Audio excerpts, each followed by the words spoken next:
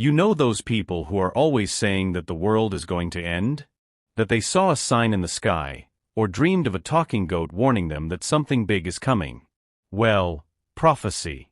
This thing has been around since humans learned to look at the horizon and think, oh my, I think things are going to get bad. From cavemen to modern TikTok crazes, there has always been someone swearing that they received a message from beyond. And the craziest thing is that, even after thousands of failed predictions, we still stop to listen. Just in case, right? Maybe this time they'll be right. Part 1. The beginning, when everyone was a prophet. Look, if there's one thing that humans have always liked, it's to throw a premonition into conversation.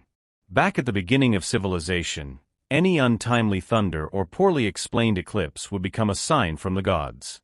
Like, did lightning strike? It's because someone displeased an entity. Was there a drought?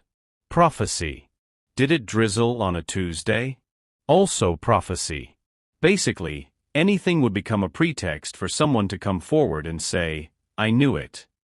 The Egyptians, for example, were always trying to interpret destiny in the stars and in the Nile. The Babylonians, then, they were obsessed with astrology. The Hebrews, on the other hand, had their traditional prophets, Isaiah, Jeremiah, Ezekiel, people who spoke harshly, pointed their fingers in the faces of kings and said, repent or things will go wrong. And the craziest thing, many people believed, and still believe. In Greece, they professionalized the business. They created oracles, like the one at Delphi. You would go there, ask a serious question like should I go to war? And receive a confusing answer like whoever goes will come back if he doesn't fall. Then the people understood it as they wanted. If they won, the oracle was a genius. If they lost, they were misunderstood. In short, in the ancient world, if you wanted attention, you just had to say that you had a vision, a mystical dream, or that you heard a voice in the desert. And that was it. You became the seer of the moment. You didn't even have to get it right. You just had to sound convincing. Part 2. The Age of Manuscripts and Fear. Well, after a while, things got more serious. Like, prophecy was no longer just some old man in the square saying he dreamed of a flying cow. No, now they were writing entire books about the end of the world, and with great care, you know? The Bible, for example, has entire sections dedicated to apocalyptic visions. It's colorful horses, trumpets playing in the sky, stars falling, dragons with 7 heads. It sounds like a script for a Netflix series, only without the sensitive content warning. People back then didn't play around. They truly believed that the end was near. In fact, the end of the world has always been near for over 2,000 years, right? But at that time, people lived under cruel empires, wars, diseases, and a constant fear of things going wrong at any moment. So the apocalyptic prophecies made sense emotionally. It was like a spoiler of divine justice coming. A hope that, after so much trouble, there would be a cosmic plot twist. Then he comes along, Nostradamus, the king of enigmatic prophecies. The guy wrote in quatrains that sounded like indie song lyrics mixed with the monthly horoscope. Like, from the sky will come a great king of terror, and Mars will reign before and after the war. What? No one knew exactly, but it sounded profound. And since he never gave a specific date, any tragedy became a fulfilled prophecy. Nostradamus was like the Google Translate of the apocalypse. He left room for all kinds of interpretations. During this period, the church also got in on the act. It used prophecies as a tool of control. Like, obey, or the end is just around the corner, huh? And the people kept quiet. After all, no one wanted to be caught off guard in the apocalypse with an outstanding debt or speaking ill of the priest. In short, the manuscript age was the time when prophesying ceased to be just a spiritual performance and became almost an institution. Prophecy became a document, a political weapon, a marketing of fear. And, of course, it became a bestseller.